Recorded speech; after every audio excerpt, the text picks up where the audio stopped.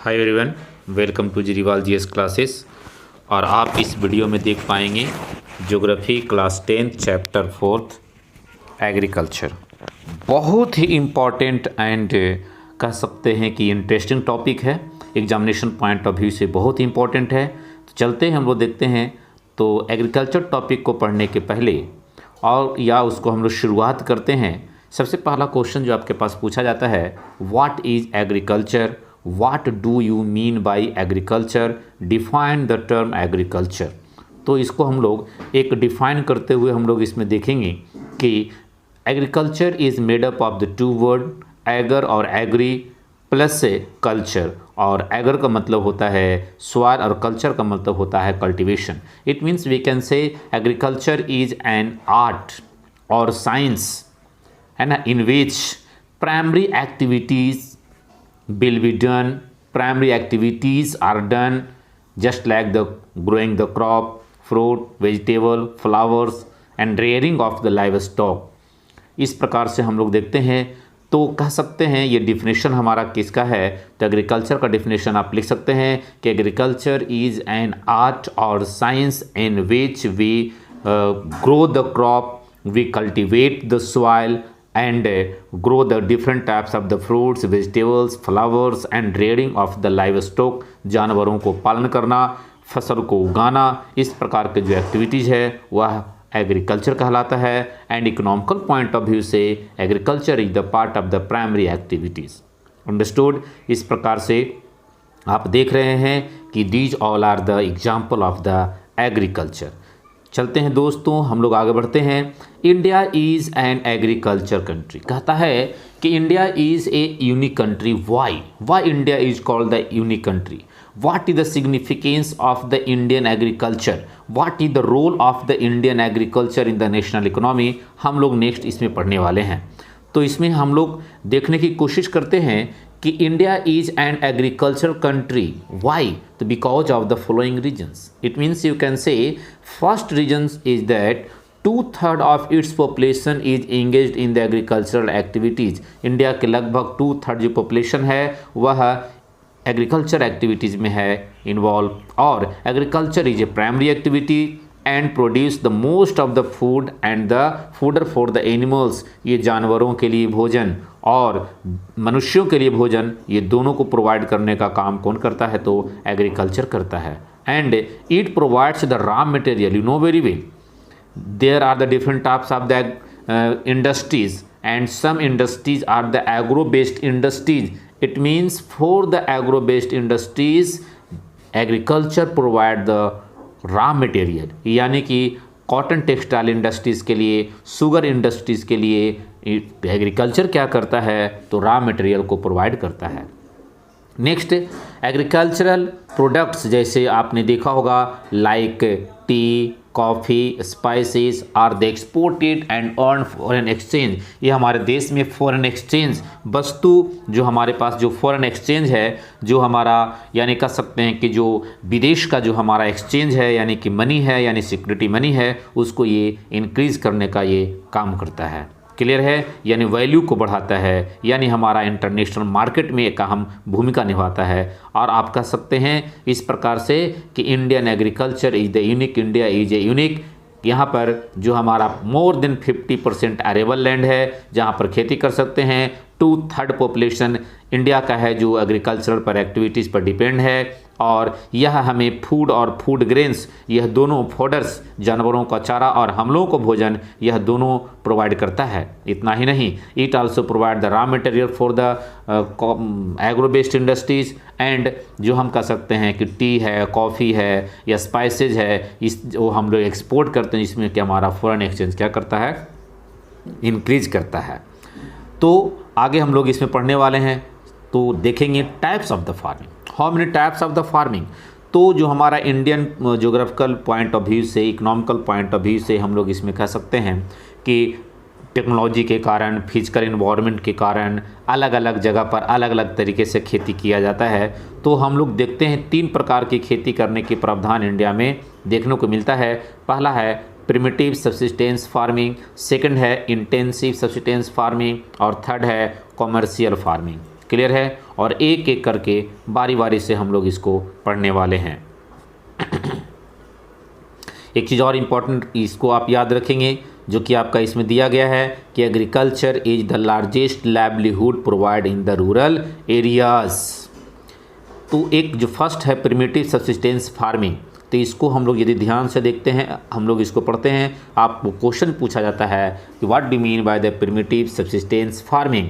तो this type of the farming is the still practice in the few places in India. India के कुछ भागों में ये होता है। एंड जो रीजन एंड इंसर्शन में इसी प्रकार से एक वर्ड को उठा कर दे देगा। It is practice on the small places with the help of the primitive tools like हो एंड द दौ, यानी कि ये पुराने ज़माने का और छोटा छोटा टूल्स के यूज करके, खंती, चपड़ा, कुदाल, ये सब यूज करके, और हम अपने परिवार के ही लोग मिल करके यदि जो हम लोग इसको खेती करते हैं, उगाते हैं, तो ये हमारा प्रिमिटिव सब्सिस्टेंस फार्मिंग होता है।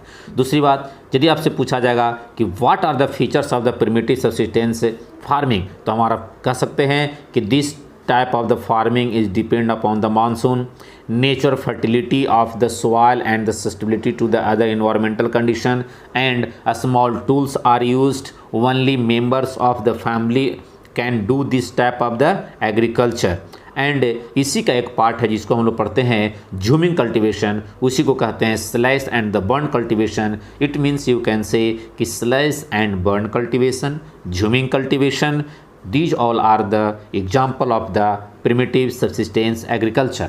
तो यहाँ पर एक और क्वेश्चन आता है, what do mean by the jhum cultivation, what is slash and the burn cultivation. ये सब तमाम चीज़ों को देखेंगे। तो ये कल्टीवेशन है फार्मर्स क्लियर द पैचेज। ये क्या करता है कि किसान लोग क्या करता है कि जंगलों को काट देता है, पेड़ को काट देता है, और काटने के बाद वो बचा हुआ ज़मीन पर वो अपना जला देता है जो अवशेष रहता है, और उसी ज़मीन पर वो खेती करना शुरू करता है। तो इस प्रकार के जो हमारा मतलब कि कह सकते हैं एक्टिविटीज़ को हम लोग स्लैश एंड बर्न या तो झूमिंग कल्टीवेशन हम लोग इसको कहते हैं। इसका खासियत यह है, पहला फीचर्स क्या है कि it is the part of the primitive subsistence farming. दूसरी बात यह है कि ट्रीज़ आर आल्सो बर्न, और ये फैमिली अपना ये भी आपका क्लाइमेट पर ही यानी डिपेंडेंट रहता है, और अपने ही सिर्फ विदाउट फर्टिलाइजर्स का, विदाउट मॉडर्न इनपुट्स का ये लोग खेती करता है, यानी कि मॉडर्न इनपुट्स का प्रयोग नहीं करता है। तो इस प्रकार से आप देखें कि सबसे पहले पेड़ों को काट दिया, और काटने के बाद जो अवशेष पदार्थ बचा हुआ है उसे क्या कर रहा है तो जला दिया, और जलाने के बाद वहाँ पर जो ज़मीन है उस पर खेती करना शुरू कर देता है। Next, different names of the slash and the burn cultivation. याद रखेंगे ऑब्जेक्टिव में बहुत ही इंपॉर्टेंट रखता है कि इंडिया में इसे अदर स्टेट में हम लोग और किस किस नाम से जानते हैं। सॉरी, आप थोड़ा इसको ध्यान से देखेंगे, किस किस नाम से जानते हैं, एक एक करके हम लोग इसको देखेंगे। क्लियर है। तो सबसे पहली बात हम लोग इसमें जब देख रहे हैं तो इंडिया की बात करते हैं, है ना। तो इंडिया की बात करते हैं तो इंडिया में नॉर्थ ईस्टर्न में इसको झूमिंग बोलते हैं। मणिपुर में इसे क्या बोलते हैं तो पमलाव बोलते हैं। इसी प्रकार से हम लोग दाव देखेंगे, दहिया देखेंगे, मध्य प्रदेश में बोला जाता है दहिया, जो कि आप देख रहे हैं। जो हम लोग एक वर्ल्ड लेवल पर बात करते हैं तो कौन कौन सा कंट्री में किस नाम से जानते हैं, आप इसे ज़रूर प्रैक्टिस कर लेंगे। चलिए आगे है इंटेंसिव सब्सिस्टेंस फार्मिंग। यह जो एक्टिविटीज़ है इंटेंसिव सब्सिस्टेंस फार्मिंग, इसको आप देखेंगे कि this type of the farming is practised in the large high population, यानी उस एरिया में होता है जहाँ पर कि पॉपुलेशन ज़्यादा होता है लेकिन वहाँ का जो लैंड है वो कम होता है। ये आपका लेबर इंटेंसिव फार्मिंग है। याद रखेंगे कि intensive subsistence farming is the labour intensive farming, है ना। इसमें क्या होता है कि ज़्यादा केमिकल का प्रयोग होता है, इरिगेशन फैसिलिटीज़ के लिए यहाँ पर बहुत ही ज़रूरी होता है। और इस प्रकार के जो हमारा इंटेंसिव सब्सिस्टेंस फार्मिंग है बहुत ही जगह पर किया जाता है, प्रैक्टिस किया जाता है। इंडिया में भी इसे अच्छा तरीके से प्रैक्टिस किया जाता है। तो इसमें एक क्वेश्चन से जो कि आप ध्यान से देख पाएंगे कि did you know 12% of the world's farm land in India, है ना। ये चीज़ को देखते हैं। इसमें क्या होता है बाबू कि ज़मीन ज़्यादा होता है, सॉरी ज़मीन कम होता है, पॉपुलेशन ज़्यादा होता है, तो पॉपुलेशन प्रेशर रहता है पॉपुलेशन को, उसके भोजन को वहाँ पर अवेलेबल करने के लिए। तो वहाँ पर मॉडर्न इनपुट्स का प्रयोग करेंगे, इरिगेशन फैसिलिटीज़ का प्रयोग करेंगे, फर्टिलाइजर्स का प्रयोग करेंगे, और ज़्यादा से ज़्यादा लेबर की आवश्यकता पड़ती है इसमें। चलिए नेक्स्ट हम लोग इसमें देखने वाले हैं कॉमर्शियल फार्मिंग। तो कमर्शियल फार्मिंग का मतलब इसमें आप देख सकते हैं, in this type of the farming higher close to the modern inputs like the HY V seeds, इसमें हम लोग HY वीड सीड्स का प्रयोग करते हैं, केमिकल फर्टिलाइजर्स का प्रयोग करते हैं, इंसेक्टिसाइड्स का प्रयोग करते हैं, पेस्टिसाइड्स का प्रयोग करते हैं। और हम कह सकते हैं इसमें कि the degree of the commercialisations varies from the regions to the regions, ये क्षेत्र के आधार पर, फिजिकल फीचर्स के आधार पर ये थोड़ा चेंज होते रहता है। जैसे आप देख सकते हैं कि पंजाब हरियाणा में ये जो राइस है वो कॉमर्शियल फार्मिंग के रूप में आता है, लेकिन हम कह सकते हैं कि जो उड़ीसा में है यह किसका है, तो सब्सिस्टेंस क्रॉप फार्मिंग में आता है। आप इस लाइन को आप ध्यान से देख लेंगे, रीजन एंड असर्शन में इस टाइप के क्वेश्चन बहुत ही अच्छे तरीक़ा से पूछा जाता है। नेक्स्ट है plantation. Plantation agriculture, plantation is a type of the commercial farming, यह बहुत ही इंपॉर्टेंट है, ये VVI कर लीजिएगा। ये क्वेश्चन आता what do mean by the plantation agriculture. तो plantation is a type of the commercial farming, it is the type of farming in which a single crop is grown in a large area, है ना। The plantation has an interface of the agriculture, यानी क्या होता है कि एक ही प्रकार का पेड़ पौधा ज़्यादा से ज़्यादा एरिया में उगाया जाता है, उसी को हम लोग कहते हैं plantation agriculture. Tea, coffee, bananas, rubber, these all are the example of the plantation agriculture. Clear है। चलिए नेक्स्ट हम लोग देखने वाले हैं क्रॉपिंग पैटर्न। तो क्रॉपिंग पैटर्न की बात करते हैं कि इंडिया है the 3 cropping pattern, rabi, kharif and zaid. यह ऑब्जेक्टिव में क्वेश्चन आएगा कि how many cropping pattern present in India, then your answer should be the 3। एक एक करके पढ़ेंगे। सबसे पहली बात आती है रवि क्रॉप। रवि क्रॉप किस प्रकार का होता है, तो रवि क्रॉप को यह अक्टूबर में बोया जाता है और दिसंबर में इसे हार्वेस्ट कर दिया जाता है। यानी कह सकते हैं कि ये अक्टूबर दिसंबर में बोया जाता है और समर में अप्रैल जून में इसको क्या किया जाता है, हार्वेस्ट किया जाता है। यह यानी कह सकते हैं हम लोग कि ठंडा के दिनों में हार्वेस्ट किया जाता है और गर्मी के दिनों में इसे काटा जाता है। जैसे बार्ली है, पीज है, ग्राम है, मस्टर्ड है और वीट है। These all are the example of the rabi crop. Clear है। और इस प्रकार से एग्जाम्पल के रूप में देख सकते हैं कि wheat, mustard, peach, these all are the example of the rabi crop. Rabi crop को हम लोग अक्टूबर, नवंबर या दिसंबर में बोते हैं और अप्रैल, मई, जून के मंथ में उसे हार्वेस्ट कर देते हैं। यानी विंटर सीजन में यह बोया जाता है और समर सीजन में इसे काटा जाता है। क्लियर है। नेक्स्ट हमारे पास है खरीफ क्रॉप। खरीफ क्रॉप का मतलब ये कब बोया जाता है, तो जब मानसून आता है। जिस वक्त मानसून आता है उसी वक्त इसे बोया जाता है और अक्टूबर नवंबर में क्या किया जाता है, इसे हार्वेस्ट कर दिया जाता है। यानी मानसून आते समय इसे बोया जाता है और विंटर के सीज़न में इसे काट लिया जाता है। जैसे पैडी है, मेज है, ज्वार है, बाजरा है, तूर यानी अरहर है, मूंग है, उड़द, cotton, jute. These all are the example of the kharif crop. और अभी यदि हम लोग इसकी बात करते हैं तो some of the most important rice growing regions are the Assam, West Bengal. ये हम लोग इसको आप इसको पढ़ लीजिएगा, देखेंगे आप लोग इसको। जैसे हम लोग देख रहे हैं कि पैडी है, मेज है, बार्ली है, ये सब हमारा क्या है, एग्जाम्पल है आपके पास खरीफ क्रॉप का। उसके बाद जायद है। जायद का मतलब ये जिसमें कि आपके पास रबी और खरीफ के बीच में जो उगाया जाता है, रबी और खरीफ के बीच में जो फसल उगाया जाता है उसी को हम लोग जायद क्रॉप कहते हैं। जितना भी जूसी प्लांट है ना, वो हमारा क्या है, तो ये जैसे watermelon, cucumber, these all are the example of the zaid crop. चलते हैं इंडिया का मेजर क्रॉप की चर्चा करते हैं। तो मेजर क्रॉप की जैसे हम लोग इसमें चर्चा करते हैं तो variety of the foods crop also present in India. अलग अलग क्लाइमेट, अलग अलग सॉइल, अलग अलग कल्टीवेशन एक्टिविटीज़ के आधार पर अलग अलग प्रकार से खेती की जाती है। लेकिन जो बार बार पूछे जाने वाला क्वेश्चन है इसे हम लोग ध्यान से देखेंगे। सबसे पहली बात इसमें है, आप इसको गौर से देखिएगा और यहाँ से ऑब्जेक्टिव अच्छे खासा से कैसे क्वेश्चन आता है हम आप लोगों को बताने की कोशिश कर रहे हैं। और कहता है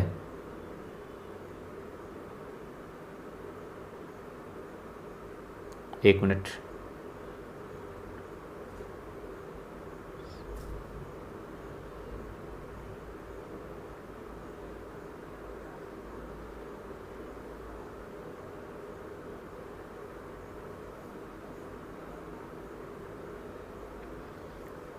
एक आपके पास है जो क्वेश्चन कई बार पूछा जाता है, उसको आप ध्यान से देखिएगा। सॉरी, थोड़ा एक डिस्टर्ब हो रहा है,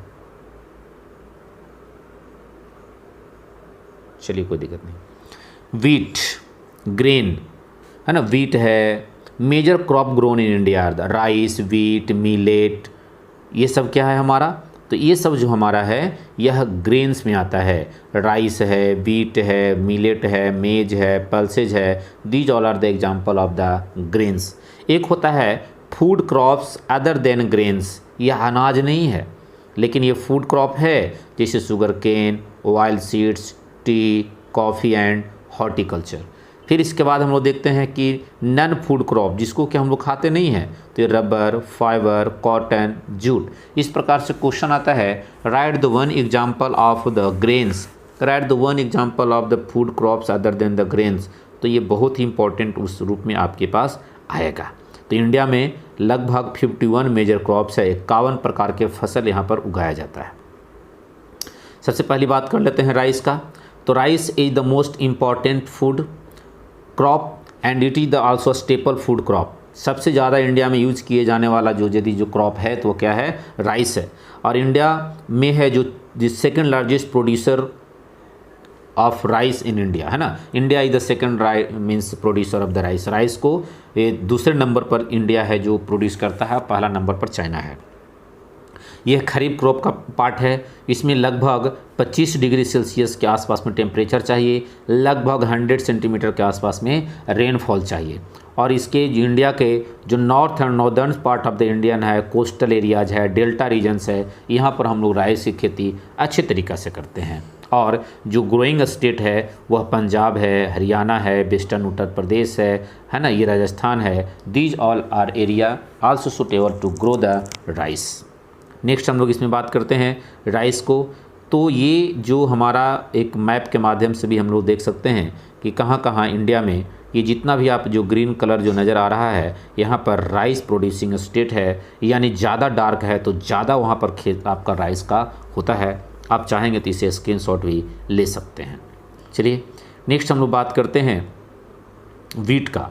तो वीट हमारा है सेकंड इम्पॉर्टेंट से आपके पास क्रॉप है, यह सेकंड स्टेपल फूड है और नॉर्थ वेस्टर्न पार्ट के लिए सबसे ये आपका इम्पॉर्टेंट है। North western part, Punjab Haryana में लोग रोटी ज़्यादा यूज करते हैं और इसके लिए यह रबी क्रॉप है, यानी कि यह बोते समय विंटर सीजन में बोया जाता है और गर्मी के दिनों में हार्वेस्ट किया जाता है। इसके लिए लगभग 50 से 75 सेंटीमीटर तक रेनफॉल चाहिए। और यह कहाँ कहाँ उगाया जाता है, तो गंगा सतलज प्लेन है, गंगा प्लेन्स है, डेक्कन ट्रैप है, पंजाब हरियाणा उत्तर प्रदेश राजस्थान मध्य प्रदेश में यहाँ पर क्या किया जाता है, तो खेती किया जाता है राइस वीट का। चलिए हम लोग इसको देख लेते हैं, आखिर स्टेट कहाँ कहाँ, आप एकदम गौर से देखिएगा, स्क्रीनशॉट भी ले सकते हैं। मैप में बहुत ही इंपॉर्टेंट क्वेश्चन यहाँ से आता है, तो मैप के पॉइंट ऑफ व्यू से भी आप इसे देख सकते हैं। क्लियर है। नेक्स्ट हम लोग देखने वाले हैं मिलेट्स। मोटा अनाज, तो jowar, bajra and ragi are the example of the millets. यह ऑब्जेक्टिव में क्वेश्चन आता है कि निम्नलिखित में से कौन सा आपका मिलेट क्रॉप है, तो हम लोग क्या बोलेंगे, jowar and bajra are the example of the millet crop. इसमें हमारे पास सबसे पहली बात इंपॉर्टेंट आपके पास है रागी है, जो कि इसमें आपके पास आयरन की मात्रा ज़्यादा होती है, कैल्शियम की मात्रा ज़्यादा होती है, ये इसमें सबसे ज़्यादा न्यूट्रिएंट्स पाया जाता है, इसलिए लोग इसको खाने के लिए यूज करते हैं। और यह ज्वार, बाजरा और रागी आप इसको एक अलग अलग तरीके से, अलग अलग पॉइंट ऑफ व्यू से, अलग अलग तरीके से हम लोग इसको पढ़ेंगे। तो बाजरा के लिए कौन सा फेमस है, ज्वार के लिए कौन सा स्टेट ज़्यादा आपका प्रोड्यूसिंग स्टेट है, ये तमाम चीज़ों को आप इसमें देख सकते हैं। एक नज़र स्क्रीनशॉट लेकर आप इसे बहुत ही अच्छे तरीक़ा से पढ़ सकते हैं। क्लियर है। चलिए नेक्स्ट मेज जो हमारा ये फूड एंड फोडर, यहीं पर आपके पास क्वेश्चन आता है कि कौन ऐसा क्रॉप है जिसको हम लोग फूड एंड फोडर दोनों में यूज करते हैं। तो मेज एक ऐसा फसल है जिसको कि हम लोग फूड और फोडर दोनों में यूज करते हैं, जैसे कि आप मेज यूज्ड है ना as both food and the fodder. Kharif crop which requires, एक खरीफ क्रॉप है जिसमें कि 21 से लेकर 27 डिग्री सेल्सियस तक टेम्परेचर होना चाहिए। एल्यूवियल सॉइल में ग्रो होता है, खास करके ओल्ड एल्यूवियल सॉइल में। In state like the Bihar में आपके पास ये grown as the rabi crop also, इसमें हम लोग कह सकते हैं कि ये खरीफ और रबी दोनों में यूज किया जाता है। यह इसमें HYV seeds, fertilisers, irrigation facilities, modern inputs का भी हम लोग इसमें प्रयोग करते हैं। और Karnataka, Uttar Pradesh, Bihar, Andhra Pradesh, these all are the producing state of maize in India. Clear है? बहुत अच्छा। यदि आप मेरे चैनल को अभी तक सब्सक्राइब नहीं किए हैं तो सब्सक्राइब कर लीजिएगा। Pulses, India is the largest producer as well as the consumer of the pulses. India है जो पल्स में सबसे ज़्यादा प्रोड्यूस करने वाला भी है और कंज्यूम करने वाला भी है। यह सेंटेंस को आप याद रखेंगे, यही कभी कभी आपके पास ऑब्जेक्टिव, ट्रू फॉल्स या तो रीजन एंड इंसर्शन में क्वेश्चन को उठा करके ये डाल देता है। नेक्स्ट हम लोग यदि इसका बात करते हैं तो इसमें आप देख पाएंगे कि major pulses grown in the India are the toor, जैसे राहड़ है, उड़द है, मूंग है, मसूर है, पीज है, ग्राम, इस प्रकार की खेती इसमें की जाती है। और इसमें सबसे ज़्यादा आपके पास देखेंगे प्रोटीन की मात्रा ज़्यादा होती है। और ये प्रोटीन ज़्यादा होता है इसलिए लोग क्या करते हैं कि ज़्यादा दाल खाने की कोशिश करते हैं। लोग खाते ही हैं, डॉक्टर इसे आपको मतलब यूज करते हैं। और जितने भी पल्सेज हैं, इस पल्सेज को उगाने के लिए ये नाइट्रोजन फिक्सेशन करने का भी काम करता है, इसलिए उस ज़मीन पर पल्स को भी लोग उगाते हैं।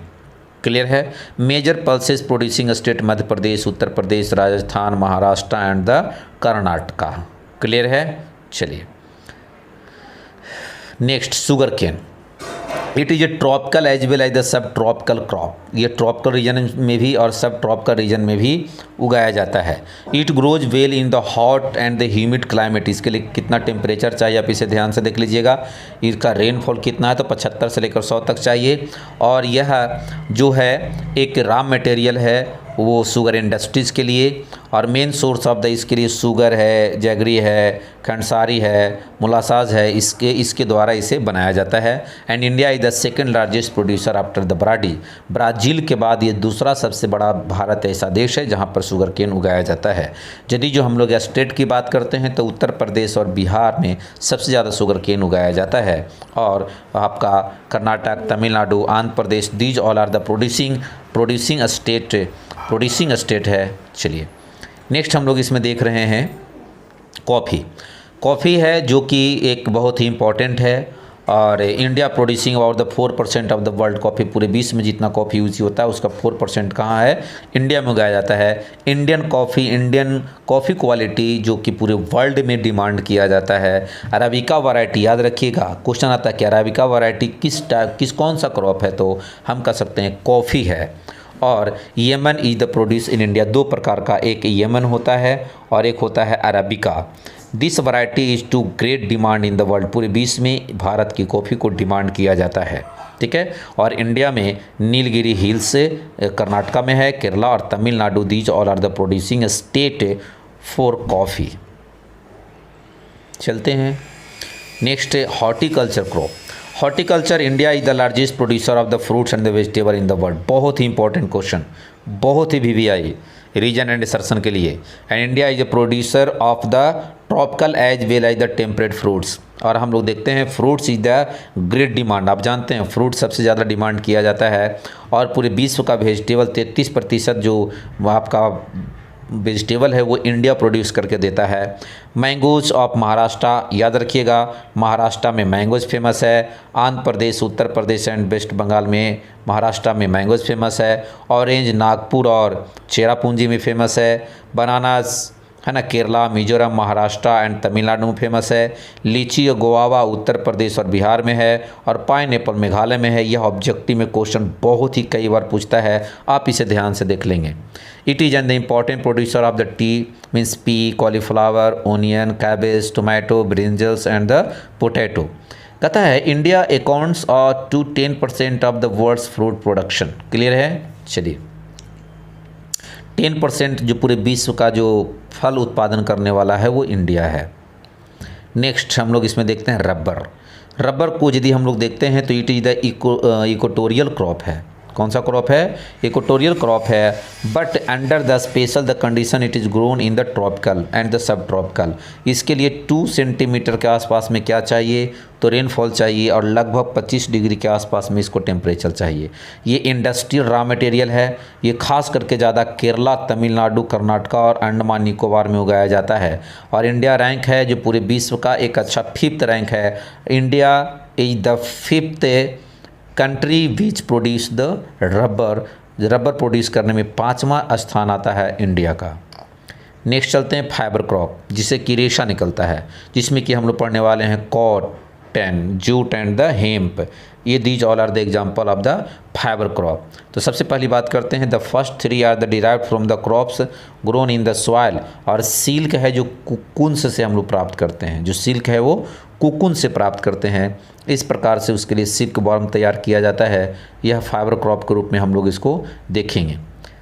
नेक्स्ट कॉटन के बारे में हम लोग पढ़ते हैं। तो India is believe to be the original home of the cotton plant. पूरे विश्व में सबसे पहली बार कॉटन प्लांट को यूज करने वाला कौन है? इंडिया है। और इंडिया में कॉटन टेक्सटाइल इंडस्ट्रीज सबसे ज़्यादा है। उसके बाद कहते हैं कि रॉ मटेरियल प्रोवाइड, यानी कि कॉटन टेक्सटाइल इंडस्ट्रीज़ के लिए कॉटन है जो इम्पॉर्टेंट रॉ मटेरियल है। India is the 3rd largest producer of the cotton in the world. एक पॉइंट इसका बहुत इंपॉर्टेंट है, cotton grows well in the dryer parts of the black soil. Black soil यानी कि black soil is ideal to grow the cotton. और इसके लिए high temperature चाहिए, हाई रेनफॉल चाहिए, है ना। और लगभग इसमें हम लोग देखते हैं कि इसके लिए मॉइस्चर लगभग 8 से 10 मंथ तक है। और ये खरीफ क्रॉप के रूप में जाना जाता है। महाराष्ट्र, गुजरात, मध्य प्रदेश, कर्नाटका, आंध्र प्रदेश, पंजाब, हरियाणा, तमिलनाडु, ये सब क्या है? Producing state of the cotton है। इसको आप ध्यान से देख सकते हैं। नेक्स्ट हमारे पास है technology and the institutional reforms. किस प्रकार से एग्रीकल्चर को एक स्तर गिरते जा रहा था, प्रोडक्शन ज़्यादा नहीं हो रहा था, इसके लेकर के इंडियन गवर्नमेंट ने किसी प्रकार का एक टेक्नोलॉजिकली और इंस्टीट्यूशन जो रिफॉर्म किया गया, इसी की बात हम लोग इसमें करेंगे। तो कई साल से, कई हज़ार साल से इंडिया में एग्रीकल्चर की खेती होती, यानी कि खेती होती आ रही है। और एक अलग अलग तरह से गवर्नमेंट सपोर्ट करते हैं। ये सारी चीज़ों को हम लोग इसमें देखेंगे।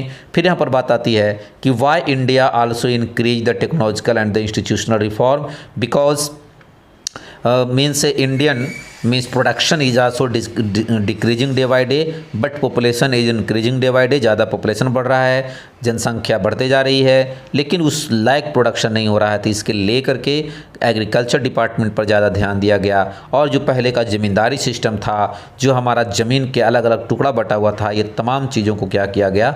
चेंजिंग किया गया, बदलाव किया गया। उसी में हम लोग इसमें पढ़ेंगे, जिसमें कि land focus was the main of the first 5 year plan.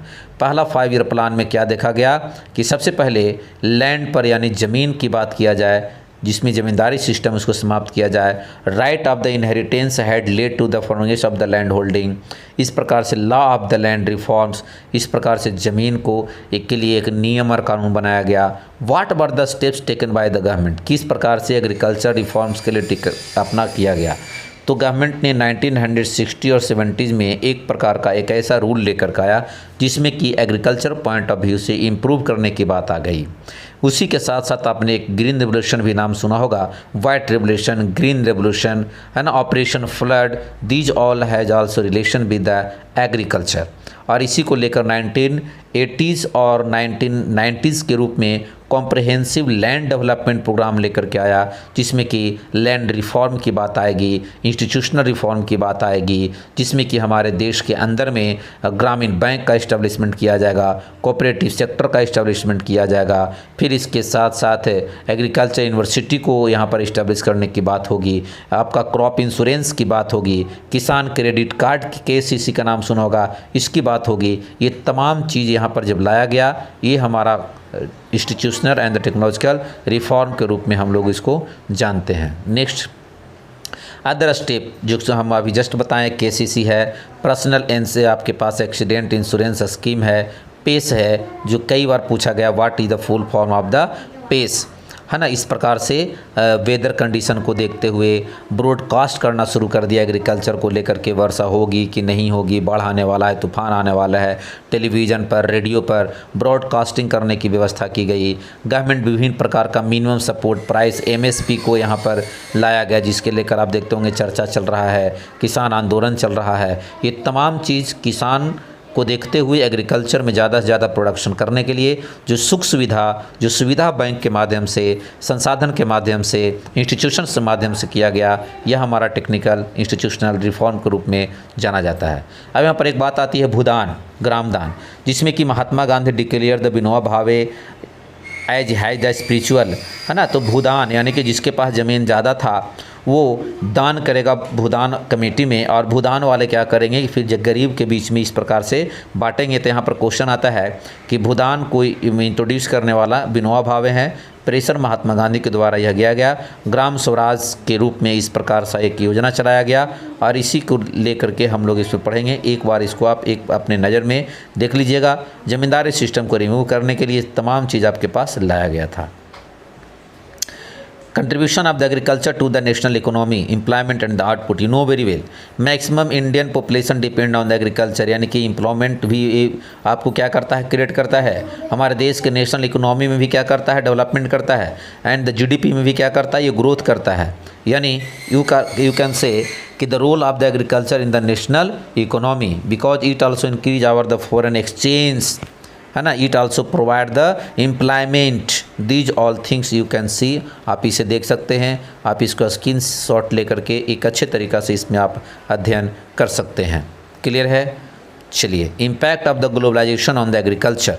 तो in the 19th century when European traders came to India, Indian spices were exported to the different countries to the world and the farmers were encouraged। अब जानते ही होंगे प्राचीन काल से ही हमारे देश के अंदर में विभिन्न देश के लोग आए, और हमारे देश के जो हमारा जो मसाला है, उस मसाले को ज़्यादा उन्होंने अपना लेकर गया।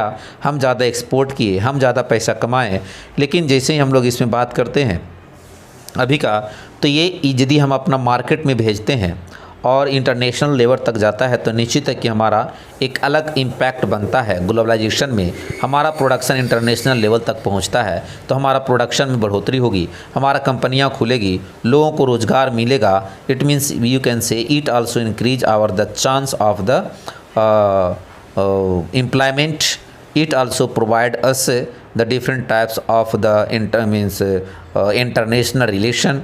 इस प्रकार से देखेंगे, और एक शॉर्ट आपके पास एक रिवीजन था। इस प्रकार से आपने एग्रीकल्चर चैप्टर को आपने देखा कि यह समाप्त हो गया। A lot of thanks for watching my video. जय हिंद, जय भारत।